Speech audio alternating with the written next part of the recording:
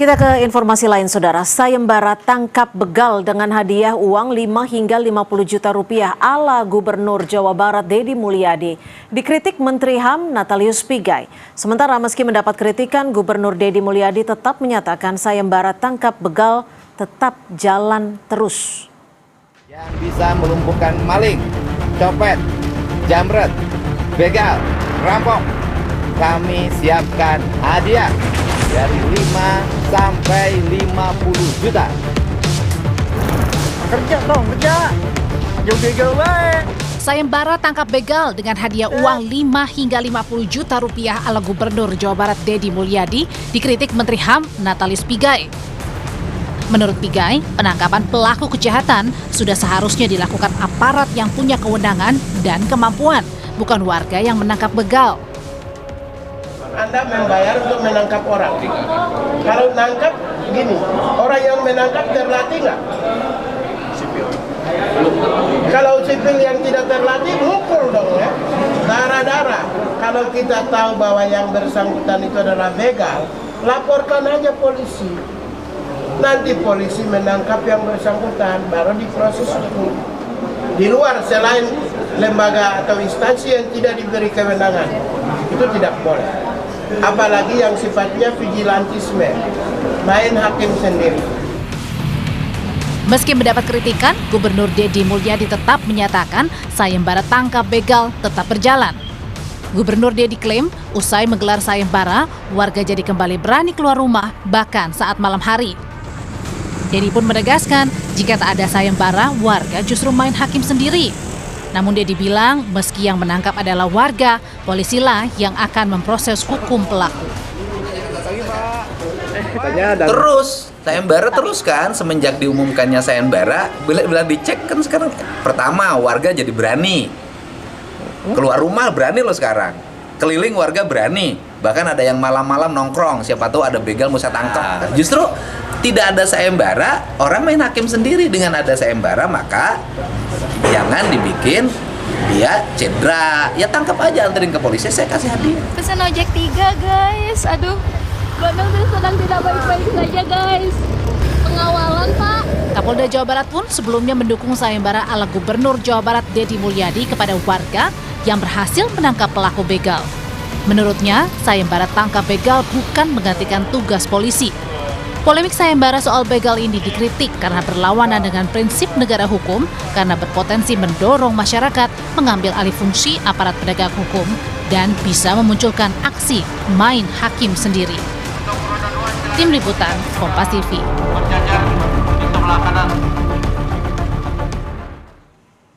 Warga Bandung merespon sayembara tangkap begal ala Gubernur Jawa Barat Deddy Mulyadi. Warga merespon positif sayembara tangkap begal, namun warga tetap meminta peran aktif polisi yang menangkap begal, bukan masyarakat.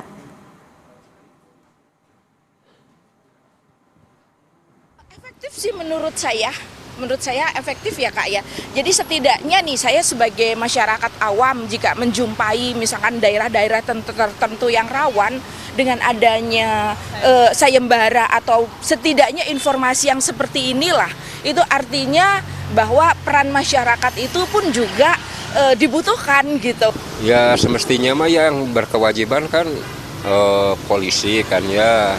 Cuman nggak tahu gimana itu sampai ya ada sayembara. Berarti paling tepat ini untuk aparat ya Kang ya? Iya, mungkin yang seharusnya gitu, yang lebih wajib lagi karena ya dari pihak kepolisiannya.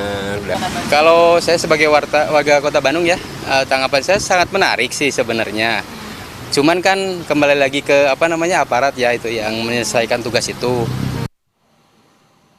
Apakah sayembara tangkap begal ala Gubernur Jawa Barat Deddy Mulyadi benar-benar efektif menekan angka kejahatan? Atau justru ini malah berlawanan dengan prinsip negara hukum karena berpotensi mendorong masyarakat mengambil alih fungsi aparat penegak hukum?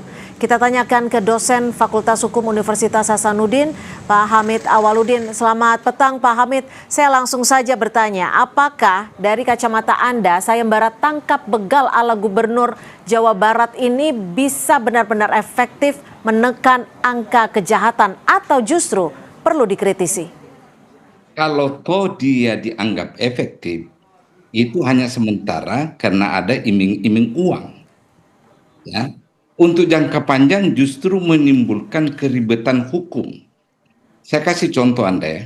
Sedangkan polisi menangkap seorang penjahat, itu masih bisa diperadilankan. Padahal dia punya kewenangan sesuai SOP dan seterusnya. Kan? Apalagi kalau yang menangkapnya itu bukan polisi. Itu saja secara sederhana. Sedangkan polisi yang secara hukum memiliki kewenangan menangkap, pada saat dia tangkap orang belum tentu sesuai prosedurnya kan, meskipun dia punya kewenangan. Apalagi kalau non polisi yang sama sekali tidak ada alas haknya, apalagi kewenangannya menangkap seseorang. Itu pertama. Yang kedua, menjaga ketertiban tidak identik dengan melanggar aturan.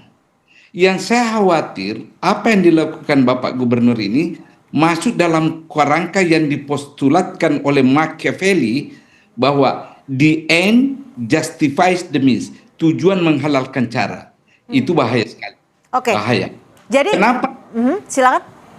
Kenapa saya tidak sependapat dengan ini?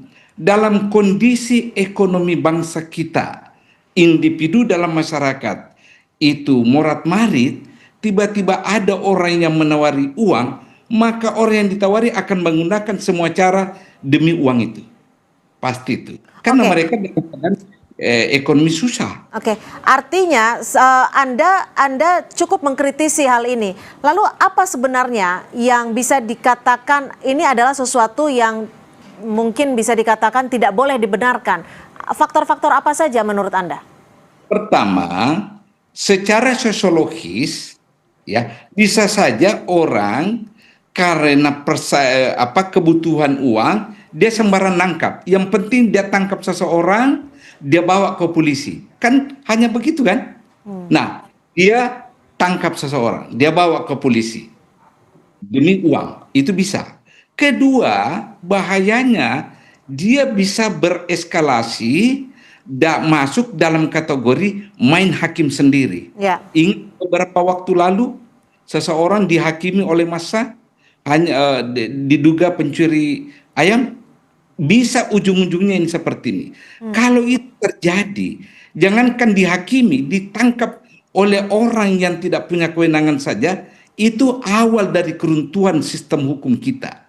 Itu pelanggaran hukum. Pak Hamid, jika menurut Anda ini adalah awal keruntuhan sistem hukum, tapi yang menjadi fokus saat ini adalah ada dua respon yang berbeda. Masyarakat di sisi lain mendukung program yang diselenggarakan, bukan program ya, mendukung apa yang disampaikan oleh Gubernur KDM karena menilai kejahatan begal ini sudah semakin mengkhawatirkan. Tapi di sisi lain ada asas-asas hukum yang memang dikhawatirkan sudah dilanggar. Seperti yang Anda sebutkan tadi, proses hukumnya bisa saja tidak adil atau praduga tidak bersalahnya juga tidak dikedepankan.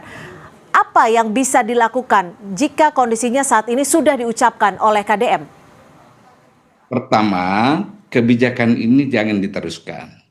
Kedua, mendorong polisi lebih proaktif, lebih agresif untuk memonitoring setiap pergerakan orang-orang begal.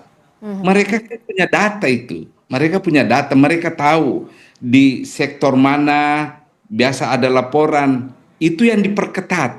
Bukan membentuk satuan baru yang bernama sayembara yang melibatkan masyarakat yang tidak punya kewenangan menangkap. Artinya memang ada pergeseran fungsi ketika mungkin polisi dianggap tidak bisa bergerak lebih efektif lagi, seperti itu Pak Hamid, atau seperti apa? Itulah tantangannya polisi, bahwa dalam rangka menghindari adanya penangkapan di luar kewenangan polisi, lebih baik polisi proaktif, dinamis, dan progres untuk melakukan tugas-tugas pengawasan dan penangkapan terhadap orang-orang yang ditengarai begal. Oke. Ini yang dorong. Pak Hamid, apakah tujuan baik ini kan misalkan kita melihat garis besarnya tujuannya adalah baik supaya tidak ada lagi tindak kriminalitas. Tujuan baik ini bisa dibenarkan jika memang bisa dikatakan mengikis fungsi petugas dalam hal ini polisi dan juga mengikis fungsi hukum itu sendiri. Itu tidak bisa dibenarkan karena ini kan negara hukum. Ingat ya, ada dua prinsip utama penegakan hukum pidana itu. Presumption of innocent, tidak boleh ada orang yang dicurigai salah sebelum kita putuskan. Dan ini kan ditangkap. Ya. Tangkap, berarti dia sudah hakul yakin ini orang ini bahwa diproses oleh polisi ke depan atau tidak, lain lagi soalnya. Dia sudah menangkap orang. Yang kedua, masalah hak asasi. Ingat ya, dalam konstitusi kita dikatakan seseorang itu berhak diperlakukan sama di depan hukum. Ya. Dan itu adalah asasi yang masuk kategori non-derogable right, hak yang tidak boleh dicabut.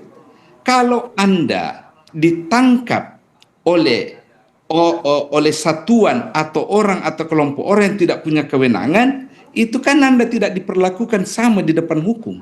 Baik. Yang boleh menangkap Anda adalah wakil negara yang bernama polisi. Baik, tentu ini semua masih perlu dikritisi dan kita lihat ke depannya akan seperti apa. Tentu harapan Anda seperti Anda sebutkan tadi bahwa baiknya ditarik seperti itu ya kebijakan ini. Terima kasih dosen Fakultas Hukum Universitas Hasanuddin Pak Hamid Awaludin sudah berbagi perspektif di Kompas Petang. Selamat sore Pak Hamid. Terima kasih.